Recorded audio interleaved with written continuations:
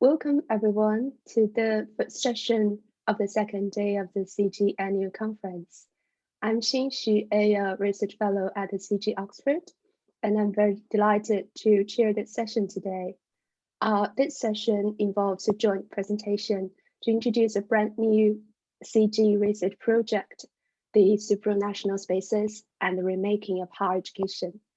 The research team includes Tristan McCowan and Rensimer at UCL, Rachel Brooks at the University of Surrey, and Maia Chankseliani, David Muse, Natasha Robinson, and Natia Sopromadze at the University of Oxford. The project has 4 strands. In the first 20 minutes or so, each strand will make a short presentation and will open up for questions and discussions after that. At the end of the session, there will also be a breakout room if you would like to continue the discussion there. During the session, please mute yourself and use the chat function to raise questions or comments. I'll try to bring in as many contributors as time allows. Our speakers have kindly agreed to introduce themselves or each other when they speak. So without further ado, let's welcome our first speaker today, David Muse. David, over to you. Brilliant. Thank you, Shin, and thank you all for logging in promptly. I was saying how funny it is that virtual conferences always start on time and physical ones never do. So it's great you're all here and you're getting 4 presentations for the price of 1 this morning in 20 minutes because there's 4 parts of our project. So I'm just going to get the slides up so you can see what we're up to. So the title of the whole stream of projects is Supranational Spaces and the Remaking of Higher Education. So obviously what we're interested in, and this is a brand new CGHE research stream that comes with this transition center that started in October last year. And we're interested in the supranational as an orienting concept to think about the forms of networks, the spaces, the flows of money, of people, of ideas, and the ways in which the supranational is reconstructing and remaking higher education. The relationship between that and national spaces, and the ways in which ideas and money are tied together. So it's quite an ambitious set of projects, and we're working quite closely together.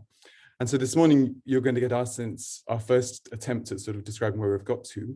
The way it works is that there are going to be 4 presentations. Firstly, Lee is going to talk about stream 1, which is looking at flows of finance. And then there's 3 regional case studies looking at Europe, Eastern Central, the Caucasus and Central Asia, and then Africa. So I'm going to, without further ado, I'm going to hand on to Lee to start this, but I just thought you might like this little image that Ben Hennig did using the Times Higher Education rankings to rethink the world, looking at the density of universities in the top 200 as a way of mapping the world. So one of these things is, how are spaces within higher education being changed through these supranational agencies? So Lee, over to you. Okay, thanks, David. Good morning, everyone. So I'm Lee Rensimer. I'm a research associate at UCL Institute of Education and working with Tristan McCowan on this first strand on aid flows, as well as with Rachel Brooks on the next project, which you'll see shortly. With a very limited time here, I'm just going to provide a quick outline of the aims, the questions, the approaches, and the key stages for this project. In the broadest possible sense, the project is interested in mapping the flows of international aid to higher education institutions and systems in low and lower middle income countries. But right off the bat, you can see it's a potentially bottomless well. What do we mean by aid? What kinds of higher education support? Which countries or institutions, etc. There's so many conceptual moving parts to a question like that need pinning down in order to begin carving out a coherent, bounded study before you even engage with the matter empirically. So each of the aims we have listed here are also challenges we're facing at the initial stage of the research because the topic is so nebulous and it's dispersed across different scholarly domains. Nevertheless, we're aiming to capture the forms of aid to higher education, the key donor actors and their rationales, and the key aid modalities. I'll just say that there's a great deal more complexity in the forms of aid to higher education than aid to compulsory education, as so much of the flows we're interested in, they're not generally seen as aid, even where they might come out of national ODA budgets. And this includes, on the one hand, contributions to improving access, individual scholarships and the like, and on the other, building capacity through university partnerships and programmatic support institutions. And so it's a very broad terrain with many collaborative research initiatives, like the recently slashed Global Challenges Research Fund, which drew on UK aid budgets and incorporates partnership with universities in low and lower middle income countries. But problematically, most of that funding flows through and stops at institutions in the global north. And you could say this is also the case with scholarships, which tend to bring students to universities in high income countries. So we're interested in capturing all of this, including those flows which never actually leave the donor country, as it tells an important story about the state of aid in the current paradigm.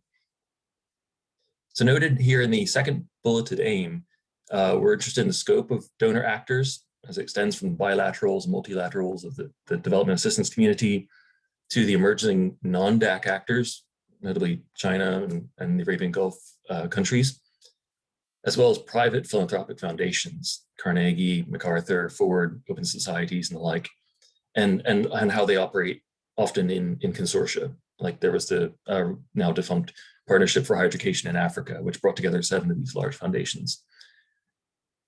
As the third aim notes, these aid flows are delivered in various forms: grants, loans, competitive bids, even non-financial assistance, such as research and expertise, and that's particularly hard to get at.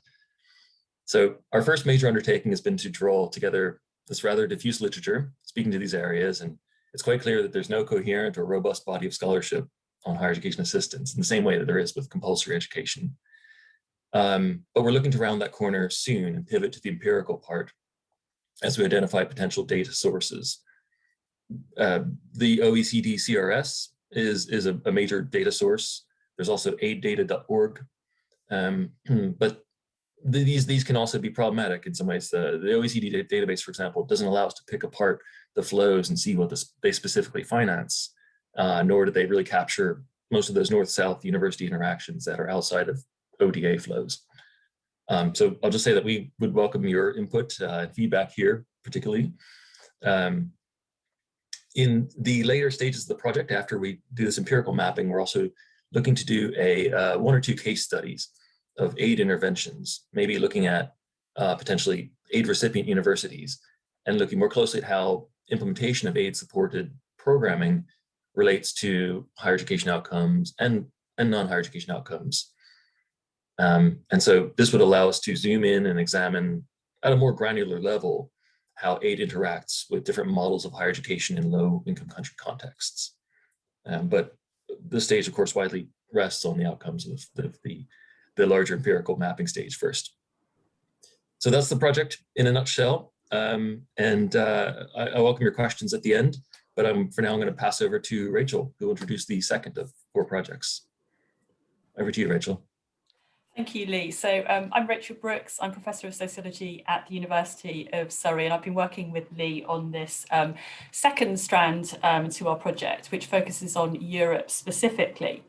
So perhaps unlike the area that Lee's just been talking about, with respect to Europe, there's now quite a sizable literature on the influence of supranational actors within European higher education. And much of the research in this area has focused on the Bologna process specifically, and also the creation of a European higher education area, and shown how various supranational groups, including the European Students' Union, the European University Association, as well as the European Commission itself, have fed into and shaped such initiatives. But nevertheless, European higher education currently faces a number of specific challenges, as I'm sure many of you are aware, including the withdrawal of the UK from the European Union in January 2020, the constraints on academic freedom that have been evident in some parts of Europe over recent years, and then obviously the current COVID-19 pandemic. And so the aim of this strand of the project is to understand, in this kind of new and changing context, how supranational actors conceptualize the European higher education space, or indeed contest the idea of such a space, and how they seek to exert influence upon it. And as part of this analysis, particular attention will be given to the flows of ideas, policies, funding, and people in terms of both kind of conceptualization of space, but also exertion of influence. And in this strand, one of the kind of conceptual tools we're drawing on is Watkins' concept of spatial imaginaries. And we're considering explicitly the extent to which European higher education is viewed as a distinct space, emphasizing the uniqueness of the particular location and establishing boundaries between it and other places, and/or an idealized space, a kind of place with emphasis on universal characteristics, and/or a transformative space focusing on change and evolution. And this strand seeks to answer the research question that you can see on the slide there. How do key supranational actors understand the current higher education space in Europe? And to what extent are they shaping it through flows of ideas, policies, funding, and people?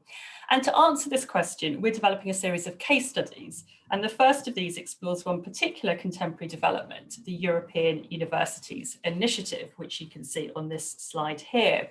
So for those of you who aren't aware of this, this initiative was proposed in 2017 and rolled out in 2019 to 20, and has sought to develop bottom-up networks of universities across the EU to enable students to obtain a degree by combining studies in several EU countries, and to contribute to the international competitiveness of European universities. And this has been co-developed by higher education institutions, student organisations, member states, and the European Commission. There are currently 41 alliances involving 284 higher education institutions from 32 European countries, the EU 27, plus Iceland, Norway, Turkey, Serbia, and the UK. And the funding is currently from the Erasmus Plus programme and Horizon 2020. And we've chosen 3 particular EUIs to focus on in our case studies, which you can see there, because we think they represent some of the kind of diversity of the alliances in this area. So Young Universities for the Future of Europe, the European University of Social Sciences, and the European University for Smart Urban Coastal Sustainability. So quite specific focus there. And this strand is underpinned by the specific research questions that you can see on the slide, which I won't read out to save time. And what we're really doing is, in relation to these 3 EUIs that we've chosen, plus various supranational stakeholders, including the European Commission, we're analysing the documents that they've produced, their websites, their social media presence, and then also conducting interviews with key informants. We're at the very early stages of data collection in relation to this case study, but very pleased to answer any questions that you might have afterwards, or any other suggestions you might have for taking this strand forward. I'm now going to pass on to Maia, who's going to talk about the 3rd strand in our project. Thank you, Rachel. Hello, everyone. Pleased to see that we have 116 participants joining in this morning, including a number of colleagues working on the topic that I will be introducing. I'm working on this trend that looks at Central and Western Asia. I'm working on this trend together with all the colleagues in our project, and in particular with Dr. Natia Sopromadze. Our study, our strand, includes 4 Central Asian countries: Kazakhstan, Kyrgyzstan, Tajikistan, and Uzbekistan, and 3 Caucasian countries, or as we call them, Western Asian countries: Armenia, Azerbaijan, and Georgia. All of these countries used to be part of the Soviet Union, as many of you know, throughout most of the 20th century. Central and Western Asia, I would argue, represents a rather compelling space for studying the supra and international influence on higher education transformations. Now, why? A key characteristic of the higher education in the Soviet Union was its 7-decade-long isolation from all global influences. Soviet citizens had very limited exposure to international influences, and at the same time, this was a space that brought together individuals with different cultures, languages, religions, and traditions of higher education. Within the borders of Soviet Union, academics and students in 15 republics engaged in exchanges and collaborations. The dissolution of the Soviet Union led to the opening of the borders in most of these countries, which led to the development of different diverse global links, enabling the flows of knowledge and finances. This study uses document analysis, surveys, and interviews to explore the supra and international space in higher education in this region. We try to look at the ways in which this space is formed and developed above and beyond nation states. We try to look at the actors that form the space, the finance flows within the space, and between the national and supra and international spaces. Ultimately, the project is interested in the extent to which transformations of higher education in Central and Western Asia have been shaped by the supra and international agencies. Now, we have started mapping these agencies already, and we see that there are multiple bilateral and multilateral donors and philanthropic organizations working in higher education in these countries. And we'll be focusing on selected agencies that are most visible, and I have included them on this slide. Some of these agencies, especially multilateral agencies, work exclusively with governments. Others engage directly with universities, academics, and students.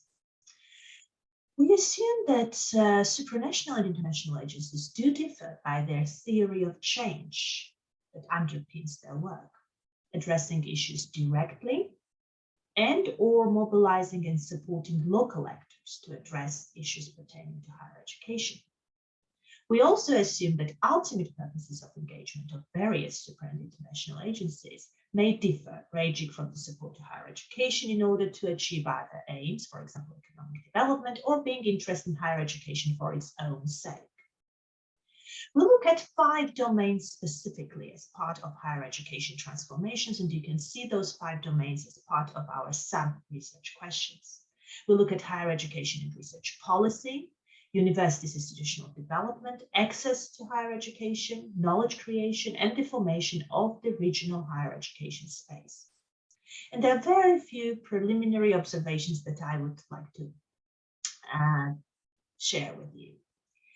International cooperation with multilateral and bilateral actors and philanthropies seems to be thriving in the domain of universities' institutional development. By institutional development, we mean academic program development, staff development, internal quality assurance, physical infrastructure development. Yet within this domain, surprisingly, some of the most problematic areas, such as universities' institutional autonomy or academic freedom, seem to have received little attention. There are a number of scholarship schemes when it comes to higher education access to support education abroad or widening participation initiatives at home. This fit within the higher education access domain here. Policy I will miss for now, and we can talk in the Q&A. And I would like to finish with supra and international actors' contributions to research capacity developments through financing research projects. We see initiatives supporting international collaborations, funding academic fellowships, research capacity development workshops, and doctoral scholarships. Overall, there is a great diversity of initiatives that we have started mapping now, so we're in very early stages of the project. However, what we observe is that these activities have not yet led to the formation of a regional higher education space. But there are signs that some actors, including bilateral actors in particular, may be initiating the development of such spaces. Thank you. I will stop here, and I will pass on to Natasha to present the Africa strand of projects. Thank you so much, Maia, for that fascinating snippet of your work. My name is Natasha Robinson, and I'm a postdoctoral research officer at the University of Oxford Department of Education. Last but not least, I'm going to present the 4th stream of this project, entitled Supranational Actors and the Future of African University Research, which is being led by Professor David Mills. In this stream, we ask how the transformation of academic research capacity in Africa is being shaped by supranational flows of ideas, individuals, policies, and finances. David and I are both anthropologists by training, and we've approached this work as a series of empirical case studies. Part of the value of this approach is our ability to attend closely to the relationships between different higher education stakeholders, including universities, researchers, think tanks, research foundations, funders, and governments in Africa and beyond. So if you look at the image to the right, taken from a paper by Adams et al. 2013, it represents international research collaboration clusters in Africa. But part of what we want to do in this project is not only update this mapping, but also to understand the relationships that underpin it. In particular, we're aware that some existing research has adopted a deficit understanding of these debates, particularly in the context of African higher education or the academic periphery. So our focus has quite intentionally been less on actors that are external to and which act on African universities, rather than on research collaborations and networks which are driven by African universities and other research organizations based in Africa. The three case studies that we're looking at, you can see on the slide here: bilateral research collaborations and partnerships, Pan-African university networks, and philanthropic actors and agendas. So today I'm just going to briefly touch on one of these. So we can move to the next slide. Perfect, thank you. In this case study, we're interested in China-Africa research linkages, which, as this image suggests, often evokes neo-colonial relationship models. We're focusing on South Africa since it's China's primary African research partner, and we took as our starting point FOCAC, which is the Forum on China-Africa Cooperation. This is a pan-continental forum with a focus on people-to-people training and knowledge exchange. So far, we've conducted analysis of publication data and extensive interviews with South Africa-based researchers who collaborate closely with China-based researchers. Our preliminary findings suggest that these collaborations are highly tied to diplomatic relations and various institutional interests. Some South African research funding, for example, is only available for joint South Africa-China research collaborations, and embassies are at times involved in these collaborations. Interestingly, our preliminary findings suggest that, contrary both to many, I think, Western assumptions, but also contrary to many policy ambitions, there is surprisingly little research funding coming from China into South Africa. When finances are made available, they're often in the form of personnel from China or interinstitutional visits between the two countries. And this is something that we'd like to explore more. Furthermore, success is often defined less by citation numbers in this context, but rather by forms of research that help to develop bilateral partnerships. Our interviewees report, for example, that Africa-based academics enjoy more academic freedoms than China-based academics. Africa-based research on issues relating to China and Africa is therefore more helpful to Chinese policymakers than research conducted by China-based academics. And so there's an interesting discussion about how to navigate collaborations when academic freedom is in question, and what the value of different forms of research is in this context. So our research is still in its very preliminary stages, and I don't want to overstate our research findings at this early stage. However, as we think about remaking higher education, it's important to pay attention to collaborations between partners that have traditionally been designated as peripheral. Thank you very much. I now pass back to David. Brilliant. Thank you very much, everyone.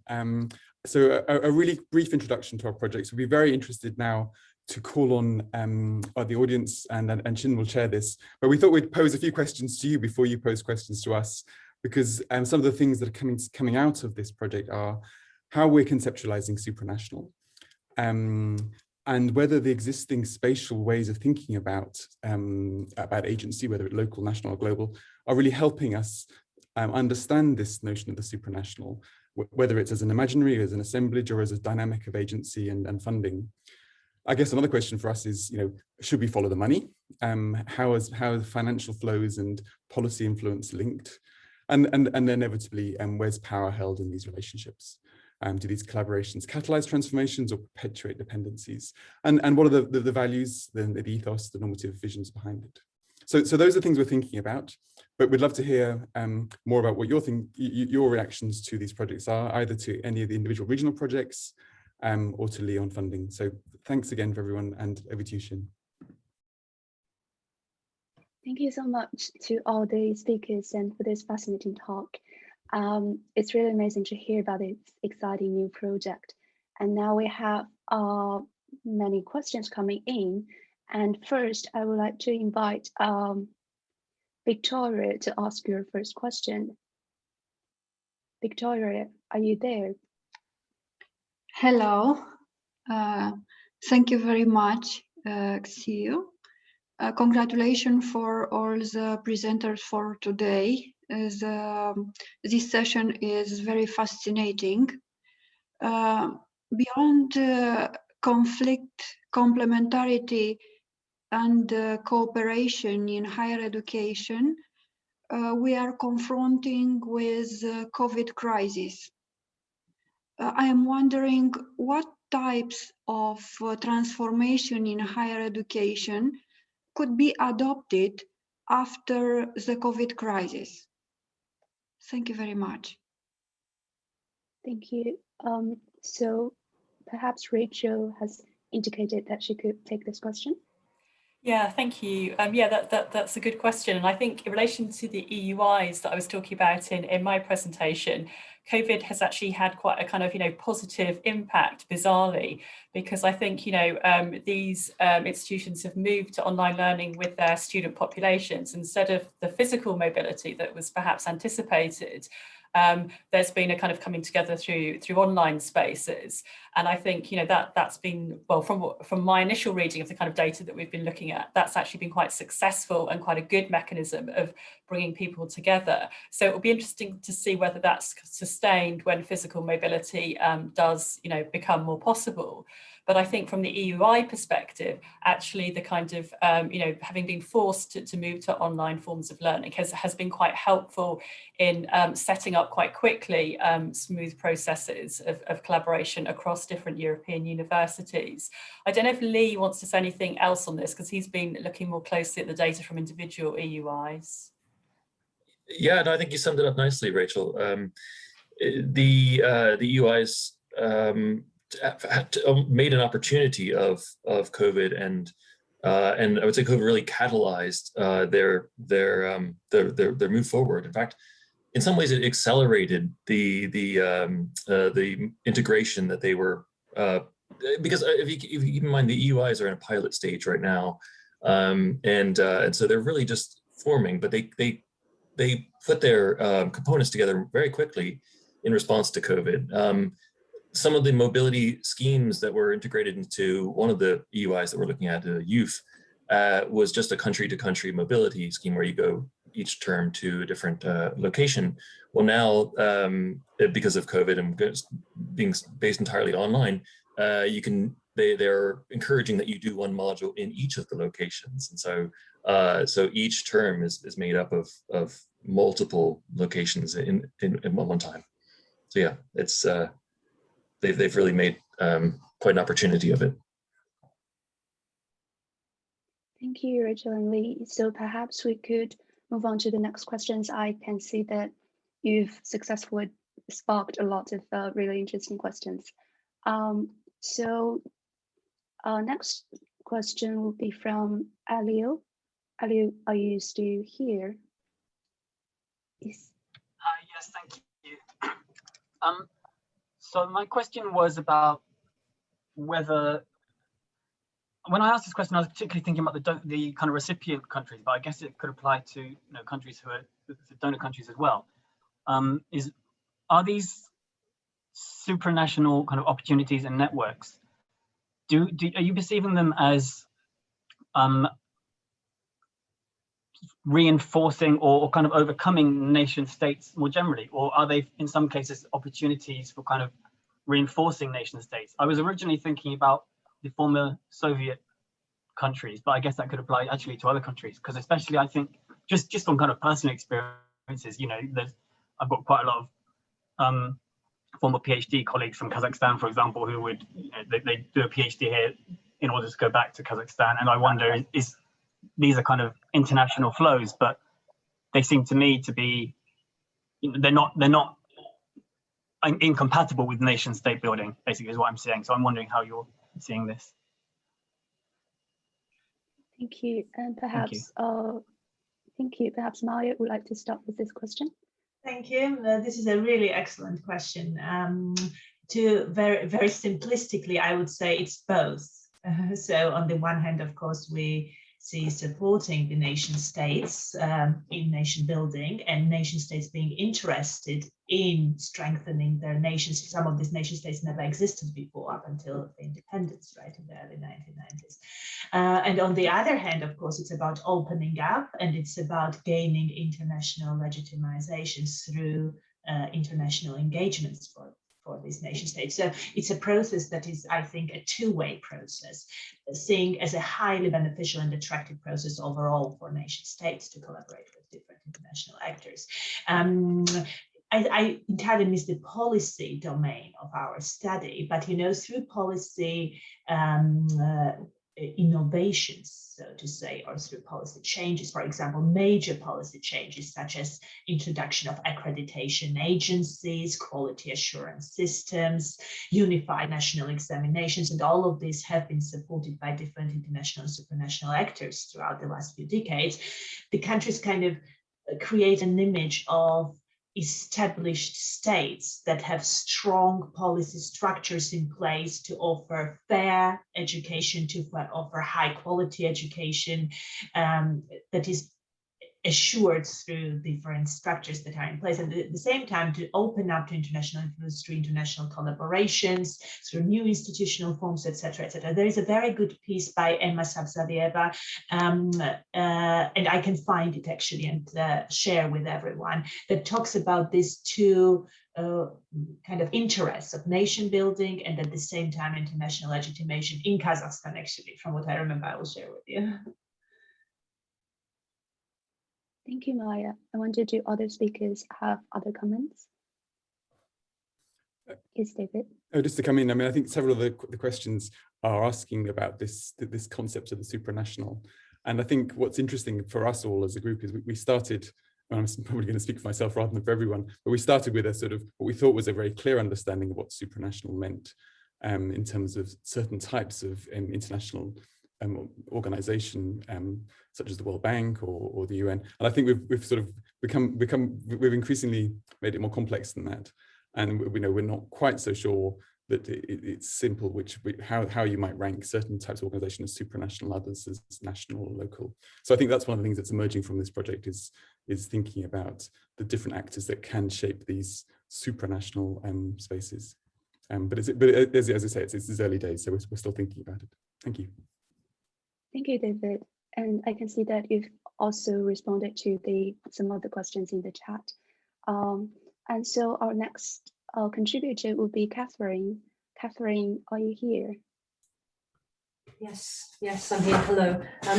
My sort of question comment was about scholarships, really, and because the flow of scholarships between China and Africa is very significant. In 2019, China allocated more than 50,000 scholarships to African students. And obviously those scholarships are not just scholarships, but they have significance beyond that. They're kind of, you could see them as infrastructure, and certainly they're supranational flows of knowledge. So I just wondered if Maia had considered the significance of scholarships in what she's looking at. Sorry, is that a question to me or to Maia? I think it's maybe perhaps to Maia, I think maybe, sure. or to you, and anyone. Maia, do you want to go first? Thank you. That's an excellent question.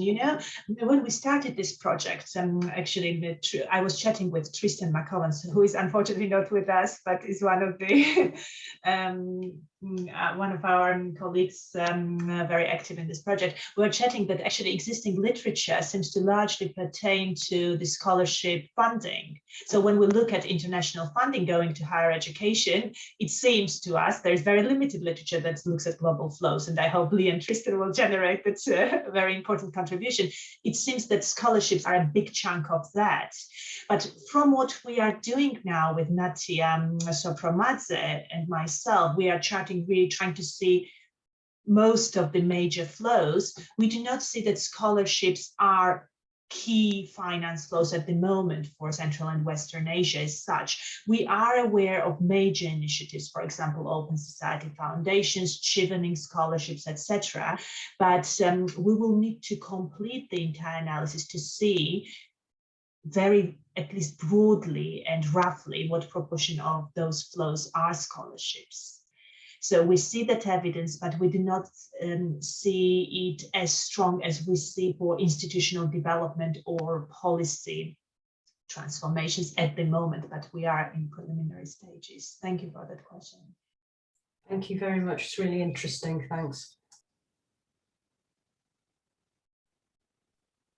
I wondered, Natasha, do you have other comments to yeah, well, just I completely agree. I mean, there's you rightly identified the scholarships between China and Africa, and I also completely agree with your analysis that that's infrastructure. I mean, it seems what China is often doing is preparing a kind of a labor force that's familiar with Chinese language or Chinese culture that can then go back to Africa and support various kind of economic collaborations. I think that what we were interested in this project was research in particular, and so looking, often the scholarships that are offered are not for research degrees, that the majority are for language qualifications, and so that hence the focus on these kind of research collaborations rather than scholarships. Thank you, Natasha. So we have a couple of other questions. What I'll do is to group them together. So if the contributors would like to ask your question in one sentence word, so that would bring the panels to think about them, and perhaps we could continue the discussion in the breakout room. So the first question was from Reynald, who would like me to read out the question because of technical issues. He asked that in all the projects and initiatives, what benefits and or impact trickle down at the ground level, and how these benefits will be assessed. And the next question will be from Gerard. Gerard, are you here? Yes, thank you. Just would like to ask, of all the funding that's being diverted to Central East Asia, as well as Africa, outside from the scholarship that you mentioned, is there any capacity building efforts, such as the audit of the existing accreditation bodies? Are they doing a good enough job compared to the standards in the West, aligning pedagogy and so on? Thank you. Thank you. And next question came from Lily, which is. Thank you, Xin, and thank you everyone for the great presentation. I'm very interested in the project.